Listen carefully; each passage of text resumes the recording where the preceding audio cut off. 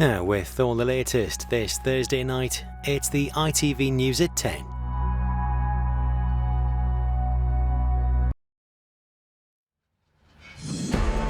Beaming with joy, the Queen kicks off her Platinum Jubilee.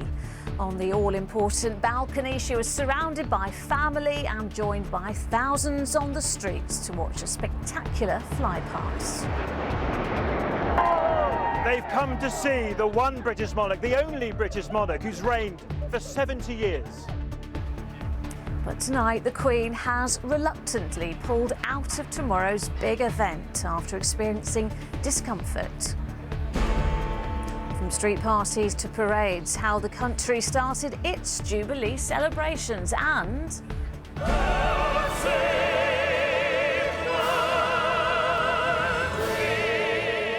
why the national anthem is heading into the pop charts.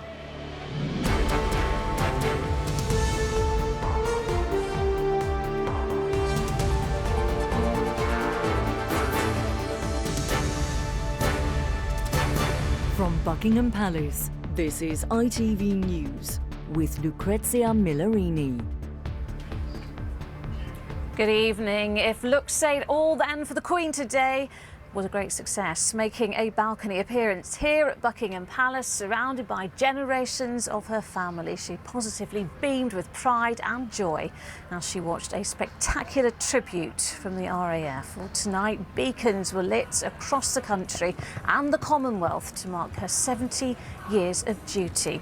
But the Queen has pulled out of tomorrow's Thanksgiving service after experiencing discomfort today. Well, our royal editor Chris Shipp reports on day one of the Platinum Jubilee. It has been a long day, but with the help of her walking stick, the Queen did press ahead with the beacon lighting at Windsor this evening. But by all accounts, the Jubilee events have taken their toll. She lit the beacons, but the palace said the Queen suffered some discomfort today and had pulled out of the big Thanksgiving service tomorrow. Despite tonight's news, this is how most people will remember today, when the Queen showed the world what celebrations for a 70-year reign look like. A balcony moment watched by tens of thousands on the Mall, as this 96-year-old monarch marked a moment in British history none of her predecessors has ever achieved. The Trooping the Colour ceremony began in the morning when carriages carrying the royal family, some for the very first time, made their way from Buckingham Palace. Beginners' enthusiasm from the youngest Cambridge Prince Louis was swiftly managed by his older sister.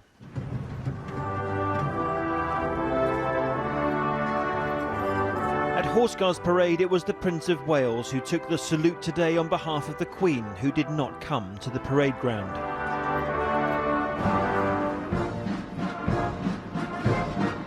Also absent from all events today, but for entirely different reasons, Prince Andrew.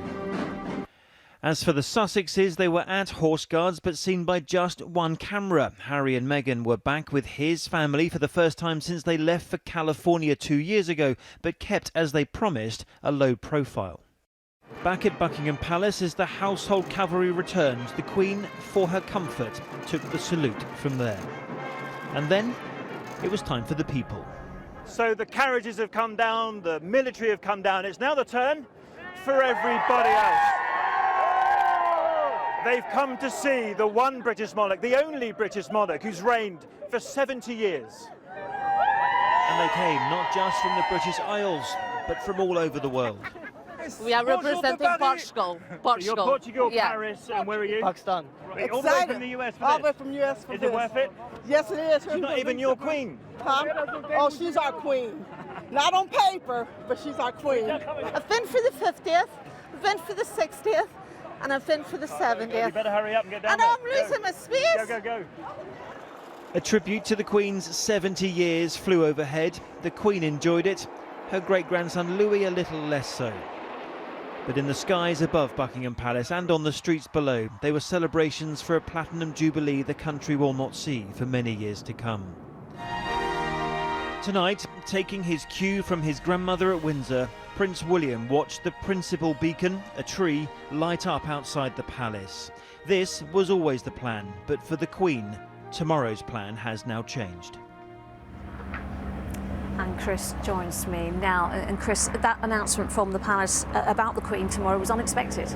Yeah, unexpected in the sense that Buckingham Palace and perhaps everybody else was hoping that she would be able to go to St Paul's Cathedral this morning. But remember, we're getting used to this now. The new normal with the Queen is that she's only going to go to an event if she can, and we might not get that kind of news until quite late in the day, hence what happened tonight. And think tomorrow, it's the journey from Windsor Castle all the way to St Paul's Cathedral. It's the length of time she has to sit in St Paul's Cathedral, so we perhaps shouldn't be surprised. And not for the first time this year, we're going to have another look into the future, another glimpse into the future, because Prince of Wales, Prince Charles, will be representing his mother, as he did, for example, at the state opening of Parliament. Let's remember, though, she did get through today. She made 2 balcony appearances. She appeared tonight in Windsor Castle. She lit that beacon, which led to the tree here being lit as well. So, you know, I think we just have to see what she'll be able to do going forward. But tomorrow, yes, the plans have changed. All right, Chris, for now, thank you. Well, across the UK, millions enjoyed the special bank holiday as villages, towns and cities staged their own celebration. Here's Hannah Miller on how the nation partied. From the brass band striding out along the streets of Truro to horses parading in Great Yarmouth and heritage trams rolling through Blackpool, the Great British Weather had got the memo about the first day of Platinum Jubilee celebrations, and in Sheffield, thousands turned out to party in the park. I think it's really nice that she's been alive for so long, and that's why people are celebrating it. At this Leicester Street party, people of all ages wanted to celebrate the Queen's reign, including some who remember the coronation. I think she's one lovely lady.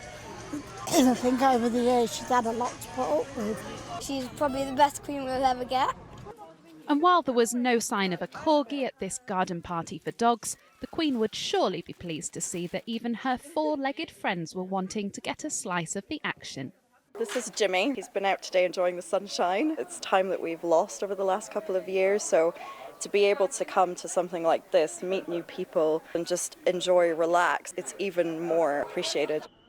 And with parties set to continue through the weekend, from this Bristol kitchen there are plans to hand out 3,000 portions of Jubilee biryani. But would it be to Her Majesty's taste? Definitely fit for a queen or a king. It's got her favourite vegetables. The spices are wonderful, so I'm hoping that if she did taste it, she would love it. As communities come together and take pride in flying the flag, the Queen has perhaps got her wish that many happy memories will be created. Hannah Miller, ITV News. The Queen's birthday honours have recognised more than 1,000 men and women, all said to reflect the Queen's own invaluable qualities. They include famous faces from showbiz, sport and politics, plus local fundraisers who've gone above and beyond. Martha Fairley reports. From the man who keeps the wheels turning on the royal carriages to England's most senior nurse, and from a 104-year-old dance teacher to the 11-year-old fundraising twins.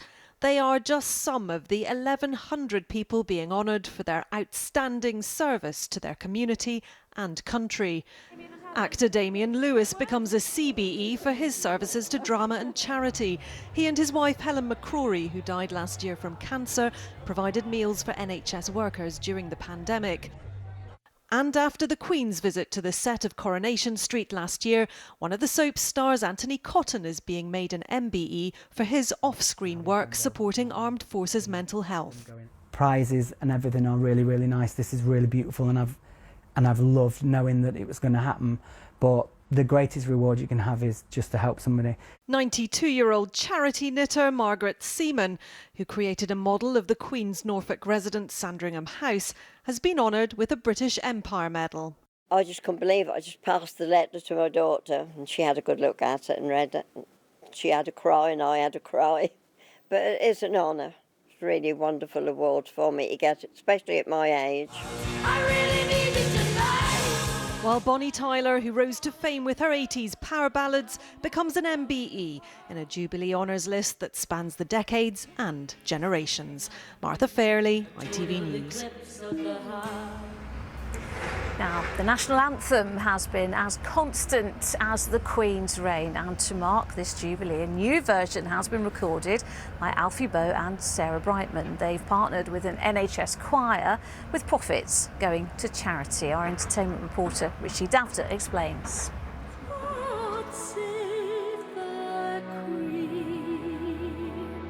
A new take on a song that we all know the words to. Alfie Boe and Sarah Brightman have re-recorded God Save the Queen to get Her Majesty to the top of the charts. She's been serving this country and been our monarch for 70 years. I mean, that's an incredible thing. She's an amazing woman. They've teamed up with an NHS choir and the Royal Philharmonic Orchestra to celebrate Her Majesty, celebrate the nation, pay thanks to the Red Cross and to the NHS. Then, you know, we're doing our duty. Today went really well. Absolutely amazing, amazing. The release also comes with a remastered version of the national anthem from the Queen's 1953 coronation. Chorister James Wilkinson was just 12 years old, but remembers it clearly. We had been instructed to watch the conductor all the time because he was a fierce man. But I was determined to watch the Queen, so I leant forward. I saw a wonderful view. The Archbishop raised the crown really high and lowered it on the Queen's head. And it was very dramatic, and everybody shouted, "God save the Queen." So I remember that very vividly. Alfie says it's a chance to honour the Queen. I think we just have to really, really power together to celebrate a lady who has led this country in such a triumphant way. You know, you turn 100, you get a letter from her, you know? If she turns 100, I wonder if she'll write to herself. I'm not sure about that. You know? The national anthem's in the charts and surely on repeat this weekend. Rishi Davda, ITV News. And a final word from our royal editor, Chris Shipp. Chris, Platinum Jubilee is something many of us are ever unlikely to see again. You know, I think that's a point worth making. You know, Queen Victoria, who's got a big memorial in front of Buckingham Palace here, had a diamond jubilee, but this Queen, Queen Elizabeth II, is the only one in our history ever to have a platinum. And I think that point was not lost on the people who were here today, those I joined on the Mall. They knew they were taking part in a historic moment. And Chris, we know that we're not going to see the Queen tomorrow, but when might we then?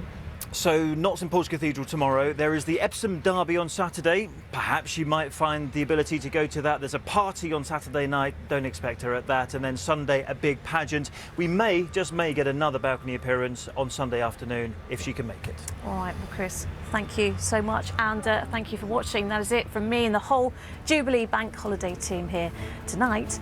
Good night.